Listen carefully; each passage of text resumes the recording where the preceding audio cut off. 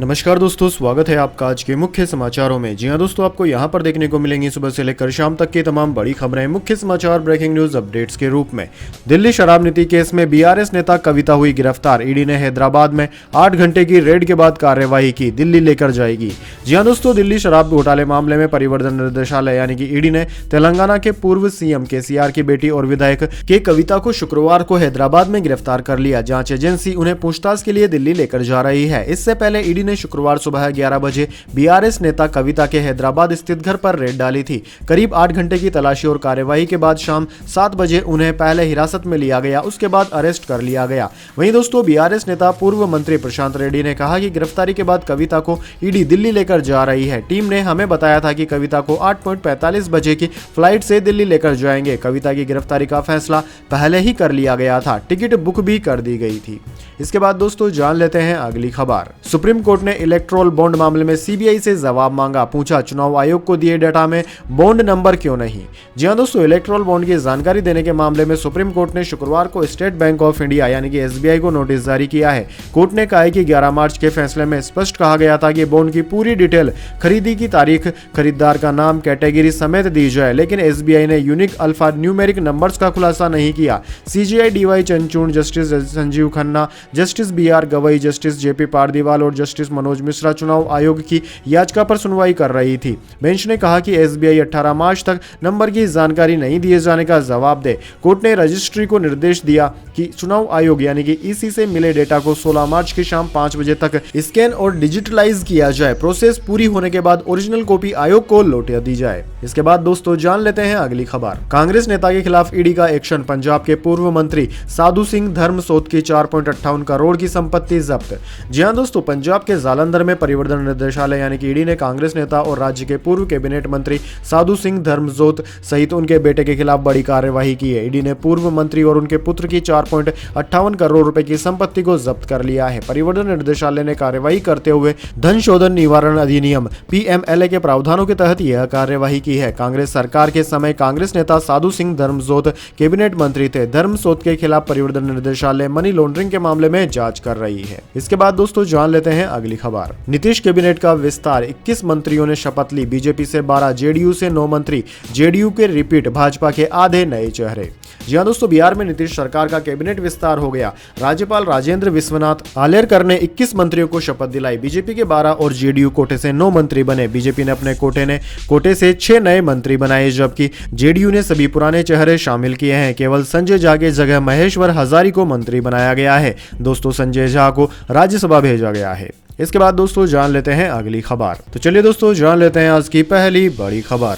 ये दुनिया की सबसे बड़ी जबरन वसूली, चुनावी बॉन्ड पर बोले राहुल गांधी। जी हां दोस्तों, कांग्रेस नेता राहुल गांधी ने कहा कि चुनावी बॉन्ड देश का सबसे बड़ा जबरन वसूली रैकेट है। उन्होंने आरोप लगाते हुए कहा कि सीबीआई और ईडी जांच नहीं करते, वे भाजपा के लिए वसूली करते हैं। इसके बाद बीजेपी इन फंडों की मदद से पार्टियां तोड़ती है। ये राष्ट्र विरोधी गतिविधि है। उन्होंने कहा कि एनसीपी को पैसे से तोड़ा गया। राहुल गांधी ने कहा कि बीजेपी राज्यों में जो सरकारें गिरा रही है उसके लिए पैसा कहां से आ रहा है। बीजेपी ने पूरे पॉलिटिकल सिस्टम को कैप्चर कर लिया है। जांच एजेंसियां अब जांच नहीं बल्कि वसूली कर रही है। साथ ही कहा कि इससे बड़ी एंटी नेशनल एक्टिविटी नहीं हो सकती। कांग्रेस नेता ने कहा कि राज्यों में कांग्रेस सरकारों द्वारा दिए गए ठेकों और चुनावी बॉन्ड के बीच कोई संबंध नहीं है। कांग्रेस नेता ने कहा कि जांच एजेंसियों के इस्तेमाल से कंपनियों से वसूली की जा रही है। बड़े ठेकों का शेयर लिया जा रहा है। कॉन्ट्रैक्ट देने से पहले चुनावी चंदा लिया जा रहा है। ये पूरा ढांचा प्रधानमंत्री मोदी ने तैयार किया है। इसके बाद दोस्तों जान लेते हैं अगली खबर। सीएए पर अमेरिका चिंतित, कहा देखेंगे भारत कैसे लागू करेगा। विदेश मंत्रालय का जवाब, अमेरिका को हमारा इतिहास नहीं पता तो लेक्चर न दे। जी हां दोस्तों, नागरिकता संशोधन कानून यानी कि सीएए पर अमेरिका के बयान को लेकर भारत का जवाब सामने आया है। भारत के विदेश मंत्रालय के प्रवक्ता रणधीर जायसवाल ने कहा कि नागरिकता संशोधन अधिनियम 2019 भारत का आंतरिक मामला है और इस पर अमेरिका का बयान गलत है। विदेश मंत्रालय ने आगे कहा कि जिन लोगों को भारत की परंपराओं और विभाजन के बाद के इतिहास की समझ नहीं है, उन्हें लेक्चर देने की कोशिश नहीं करनी चाहिए। भारत के सहयोगी देशों को इस कानून के पीछे भारत की सोच और इरादों का समर्थन करना चाहिए। इसके बाद दोस्तों जान लेते हैं अगली खबर। एक दिन जब बीजेपी सरकार बदलेगी तब कार्यवाही होगी, सीबीआई और ईडी पर बरसे राहुल गांधी, दी चेतावनी। जी हां दोस्तों, भारत जोड़ो न्याय यात्रा पर निकले कांग्रेस नेता राहुल गांधी ने देश की जांच एजेंसियों पर बड़ा हमला बोला है। राहुल गांधी ने जांच एजेंसियों के साथ साथ चुनाव आयोग पर भी निशाना साधा है। राहुल गांधी ने इन तीनों को चेतावनी देते हुए कहा कि एक दिन जब बीजेपी की सरकार बदलेगी तब कार्यवाही होगी और ऐसी कार्यवाही होगी कि दोबारा ऐसी गलती करने की हिम्मत नहीं हो पाएगी। इसके बाद दोस्तों जान लेते हैं अगली खबर। अमिताभ बच्चन की एंजियोप्लास्टी हुई, पैर में खून का थक्का था, इलाज समय पर नहीं होता तो हार्ट अटैक की आशंका थी। जी हां दोस्तों, बॉलीवुड सुपरस्टार अमिताभ बच्चन की एंजियोप्लास्टी हुई है, उनके पैर में खून का थक्का जम गया था। मेडिकल एक्सपर्ट्स का कहना है कि अगर उनका इलाज समय पर नहीं होता तो हार्ट अटैक पड़ने की आशंका बढ़ जाती। हालांकि अभी यह पता नहीं चला है कि किस पैर की सर्जरी हुई है। दोस्तों आपको बता दें, 81 साल के बिग बी को शुक्रवार सुबह 6 बजे सांस लेने की शिकायत पर मुंबई के कोकिलाबेन अस्पताल में भर्ती कराया गया था।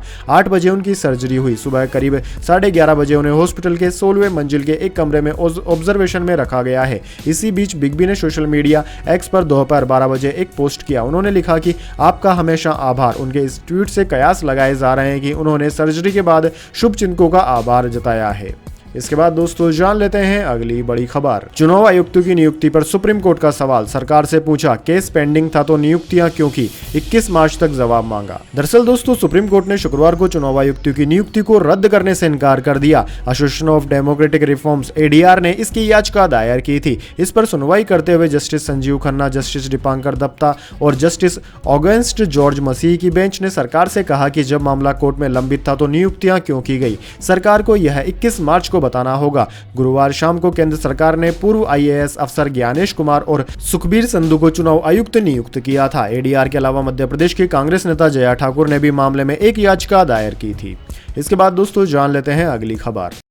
आज से पेट्रोल डीजल 2 रुपए हुआ सस्ता। दिल्ली में पेट्रोल 94.72 और डीजल 87.62 लीटर। 22 महीने बाद पेट्रोलियम कंपनियों ने घटाए दाम। जी हां दोस्तों, पेट्रोल डीजल की कीमतें 15 मार्च यानी कि शुक्रवार सुबह 6 बजे से कम हो गई। पेट्रोलियम कंपनियों ने बीते दिन दाम में 2 रुपए प्रति लीटर की कटौती का ऐलान किया था। अब दिल्ली में पेट्रोल 94.72 रुपए प्रति लीटर और डीजल 87.62 रुपए प्रति लीटर मिल रहा है। भोपाल में पेट्रोल के दाम 106.47 रुपए तो डीजल के दाम 91.84 रुपए प्रति लीटर है। वहीं दोस्तों जयपुर में पेट्रोल 104 रुपए 88 पैसे जबकि डीजल 90 रुपए 36 पैसे प्रति लीटर मिल रहा है। दोस्तों राजस्थान सरकार ने बीते दिन पेट्रोल डीजल पर 2% वेट भी कम किया था, जिसके चलते यहां पेट्रोल 3.60 रुपए प्रति लीटर और डीजल 3.36 रुपए प्रति लीटर सस्ता हुआ है। इसके बाद दोस्तों जान लेते हैं अगली खबर। गुजरात हाईकोर्ट ने दुष्कर्म के दोषी आसाराम को दी राहत, याचिका पर सुनवाई को कोर्ट हुआ तैयार। जी हां दोस्तों, गुजरात हाईकोर्ट ने दुष्कर्म के दोषी कथावाचक आसाराम को राहत दी है। दरअसल दोस्तों साल 2013 के दुष्कर्म केस में आसाराम की दोष सिद्धि के खिलाफ उनकी बढ़ती उम्र को ध्यान में रखते हुए अपील पर सुनवाई होगी। वह लगभग 1 दशक से जेल में बंद है। ऐसे में उनकी अपील पर 4 अप्रैल से सुनवाई शुरू करने का कोर्ट ने फैसला किया है। न्यायमूर्ति एएस सुपेहिया और न्यायमूर्ति विमल व्यास की खंडपीठ आसाराम की जेल की सजा को निलंबित करने की याचिका पर सुनवाई कर रही थी। बेंच ने दुष्कर्म की सजा के खिलाफ उसकी अपील पर सुनवाई को प्राथमिकता देने का फैसला किया। कोर्ट ने कहा कि आसाराम जेल में 10 साल की सजा काट चुके हैं और वह 85 साल के हैं। हम सजा को निलंबित करने की उनकी याचिका के बजाय मुख्य अपील पर ही सुनवाई करेंगे।